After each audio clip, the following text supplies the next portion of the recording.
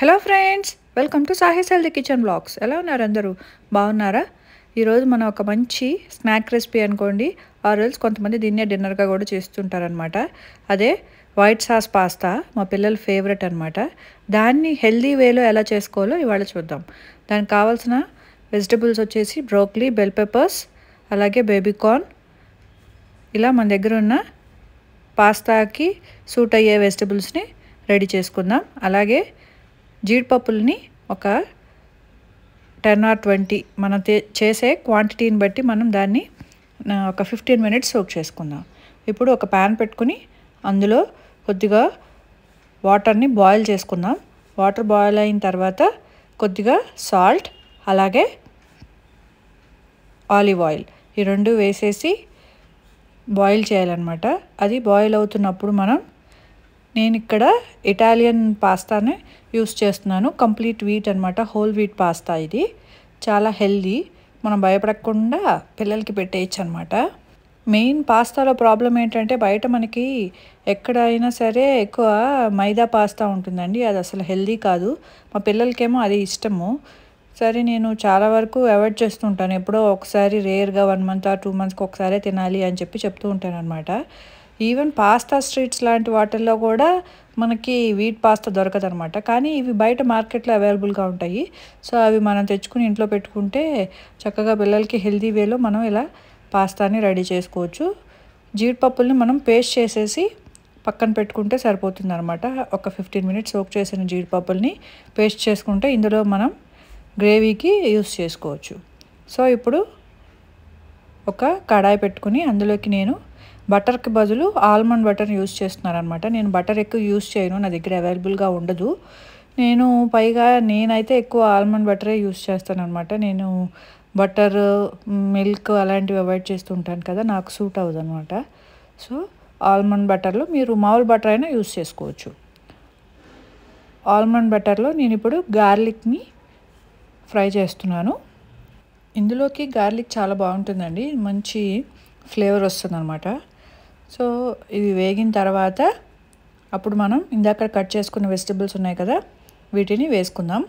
Baby corn, red capsicum, yellow capsicum, అలాగే broccoli, baby corn నేను use చేస్తున్నాను అనమాట.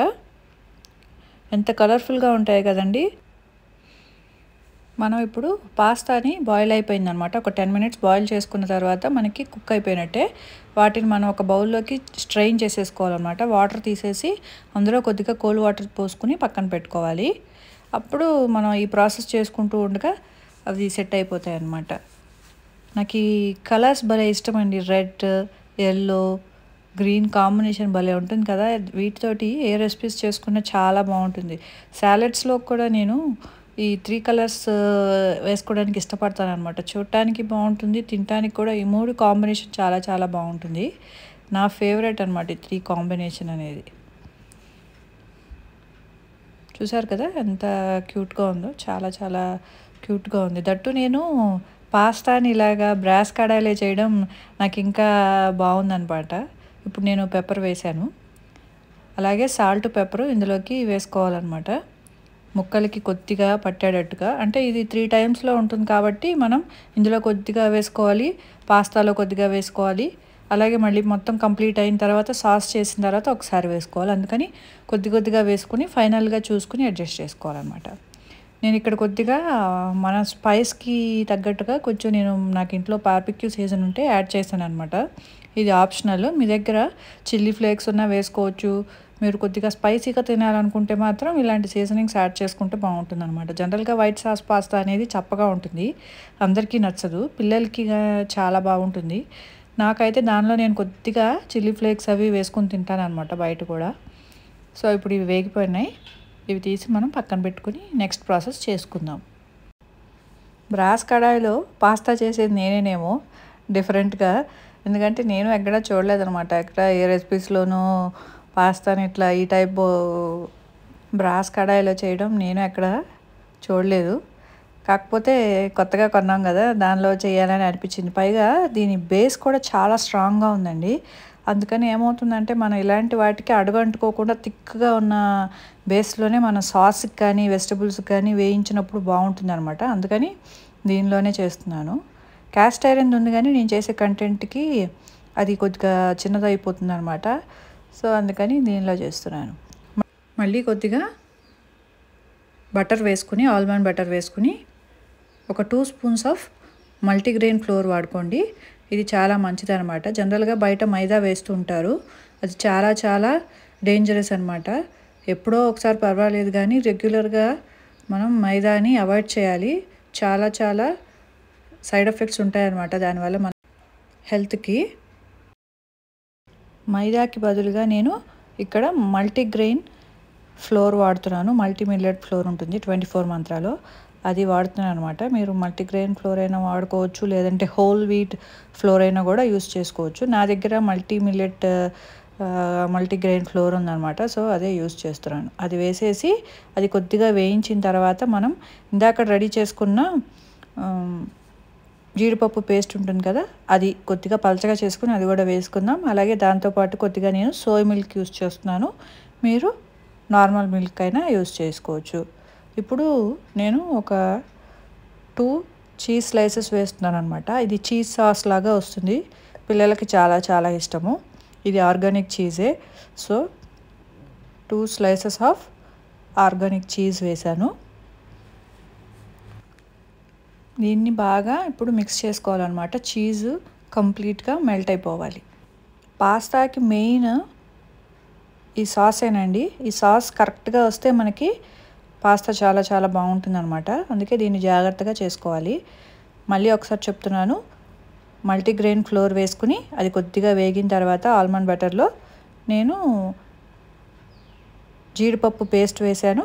అది వేసి కొద్దిగా మిక్స్ చేసుకున్న తర్వాత సోయా మిల్క్ పోసుకున్నాను. మీరు నార్మల్ మిల్క్ అయినా పోసుకోవచ్చు. సో, అది వేసుకుని మనం ఇలా గ్రేవీలాగా దాన్ని మిక్స్ చేసుకోవాలన్నమాట. తర్వాత చీజ్ స్లైసెస్ వేసేసి అది కూడా చీజ్ మెల్ట్ అయ్యేంత వరకు మనం మిక్స్ చేసుకోవాలి. మనకి అన్ని వెజిటబుల్స్ అవైలబుల్గా లేకపోయినా కూడా మనం పాస్తాను రెడీ చేసుకోవచ్చు అనమాట. క్యారెట్ కానీ, పీస్ కానీ అలాంటి సింపుల్గా ఉన్న వెజిటబుల్స్ కూడా యూస్ చేసుకోవచ్చు అనమాట. కార్న్ కానీ అలాంటి వాటితో కూడా చేసుకోవచ్చు. కాకపోతే నాకు ఈ వెజిటబుల్స్ చాలా ఇష్టం అనమాట. నేను ఇందులో పాస్తా తినేది తక్కువ, వెజిటబుల్స్ తింటాను. అందుకని ఎక్కువ వెజిటబుల్స్ వేసుకుంటాను నేను. పిల్లలు ఎక్కువ పాస్తా తింటారనమాట. వాళ్ళకి జనరల్గా బ్రోక్లీ వెజిటబుల్స్ అవే ఎక్కువ అంత నచ్చవు కదా. సో, అందుకని నేను ఎక్కువ వెజిటబుల్స్ యూస్ చేశాను. మిగతా పాస్తా అంతా వాళ్ళు ఎంజాయ్ చేస్తారు. నేను వెజిటబుల్స్ ఆ సాస్లో వేసిన వెజిటబుల్స్ని నేను ఎంజాయ్ చేస్తాను అనమాట. నాకు అలా వైట్ సాస్ తోటి ఉన్న వెజిటబుల్స్ చాలా చాలా ఇష్టం. బయటకు వెళ్ళినప్పుడు కూడా వాళ్ళు పాస్తా తింటుంటారు. నేను అందులో వాళ్ళ దగ్గర ఉన్న వెజిటబుల్స్ తీసుకుని తింటుంటాను అనమాట. నాకు ఎక్కువ నేను ఫ్రూట్స్ అండ్ వెజిటబుల్స్ చాలా ఇష్టంగా తింటానండి. సాలెడ్స్ కానీ, ఫ్రూట్స్ కానీ దానిలో ఎన్ని రకాలు చేసుకోవాలో అన్ని రకాలు ట్రై చేస్తూ ఉంటాను. ఇప్పుడు కొద్దిగా ఉప్పు చూశాను తగ్గింది. అందుకని కొద్దిగా ఇప్పుడు ఫైనల్గా సాల్ట్ వేసి అడ్జస్ట్ చేసుకుందాం. ఫస్ట్లో కొద్దిగా వాటర్లో వేసాం కదా పాస్తా ఉడకబెట్టుకోవడానికి. అలాగే మళ్ళీ వెజిటబుల్స్ దగ్గర దానికి కొద్దిగా సాల్ట్ పట్టాలి కాబట్టి అలాగే పెప్పర్ కూడా మళ్ళీ వేసుకుందాం ఫైనల్గా. పాస్తాకి మెయిన్ పెప్పర్ టేస్ట్ చాలా బాగుంటుందండి. పెప్పర్ అలాగే హర్బ్స్ సీజనింగ్స్ ఉంటాయి కదా, అలాంటివి వేసుకుంటే దాని టేస్ట్ ఎన్హాన్స్ అవుతుందన్నమాట. అలాగే మన నేటివిటీకి తగ్గట్టు మనం ఇందులోకి చిల్లీ ఫ్లేక్స్ కానీ ఆర్ ఏదైనా ఇంకా సీజనింగ్స్కి బదులు మనం వేరే ఏమైనా కూడా ఒరిగానో కూడా బాగుంటుందన్నమాట. ఇందులోకి ఒరిగానో కూడా యాడ్ చేసుకోవచ్చు. నా దగ్గర ఒరిగానో అవైలబుల్గా లేదు, అంతకుముందే అయిపోయింది. సో, నేను అది వేయలేదు. అది మీ దగ్గర అవైలబుల్గా ఉంటే అది కూడా వేసుకోండి. Or else red chilli flakes వేసుకోండి. కారము అలాంటివి బాగుండవండి ఇందులోకి. కొన్ని దీనికి ఉండాల్సినవి ఉండాలి, అప్పుడే బాగుంటుంది. నేనైతే ఎక్కువ సీజనింగ్స్ వేస్తానన్నమాట ఇందులోకి. ఇటాలియన్ సీజనింగు, పిజ్జా సీజనింగు ఏది నా దగ్గర ఉంటే అవన్నీ వేయడానికి ఇష్టపడతాను. ఆ ఫ్లేవర్స్ అప్పుడే ఎన్హాన్స్ అవుతాయి. మన టేస్ట్కి తగ్గట్టుగా మనం దీన్ని చేసుకోవచ్చు. కొంచెం థిక్గా ఉందనుకోండి, మళ్ళీ నేను కొద్దిగా సోయా మిల్క్ పోసాను. అట్లాగే మీరు నార్మల్ మిల్క్ మళ్ళీ కొద్దిగా పోసుకుని మీరు థిక్నెస్ని అడ్జస్ట్ చేసుకోండి. ఇది కొంచెం గ్రేవీ ఉండాలి, ఆ టేస్ట్ రావాలంటే మనకి ఆ పైన సాస్ అనేది అట్లా మనకి లూజ్గా ఉండాలన్నమాట. అది మనం మిల్క్ పోసుకుని అడ్జస్ట్ చేసుకోవచ్చు. అలాగే కొద్దిగా వాటర్ కూడా పోసుకొని లూజ్ చేసుకోవచ్చు అనమాట. థిక్ అవుతూ ఉంటుంది, ఎందుకంటే మనం కింద వీట్ ఫ్లోర్ వేసాము, అలాగే క్యాష్యూ పేస్ట్ అది వేసాం కదా, థిక్ అవుతూ ఉంటుంది. మనం వాటర్ పోసుకొని దీన్ని హాట్గానే తినాలి, చల్లారితే అస్సలు బాగోదు పాస్తా. ఎంత వేడిగా పైపింగ్ హాట్ అంటారు కదా, అంత వేడిగా తింటేనే పాస్తా అనేది చాలా చాలా బాగుంటుంది. దట్టు వైట్ సాస్ పాస్తా అనేది ఇలాగే బాగుంటుంది అనమాట. సో అన్నీ వేసేసుకున్నాం కదా, ఒక 2 to 3 minutes కొద్దిగా అది హాట్ అయ్యేంత వరకు మనం కుక్ చేసుకుంటే సరిపోతుంది. ఆల్రెడీ అన్నీ కుక్ అయినవే కాబట్టి మనకి ఎక్కువ టైం పట్టదు. సో ఇవన్నీ మనం కుక్ అయిపోయింది, చూసారు కదా, ఇంకా బాయిల్ అవుతుంది, అయిపోయినట్లే. ఒక 3 to 4 minutesలో మనకి ఫైనల్గా ప్రాసెస్ రెడీ అయిపోతుంది. నేను ఇంకా పైన కొద్దిగా సీజనింగ్స్ చేసుకుంటాను అనమాట.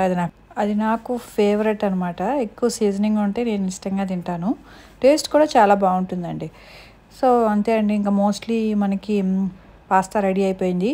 Healthy tasty white sauce pasta మన వర్షన్లో చేశాను. సో డెఫినెట్గా మీకు నచ్చుతుంది, ఒకసారి ట్రై చేయండి.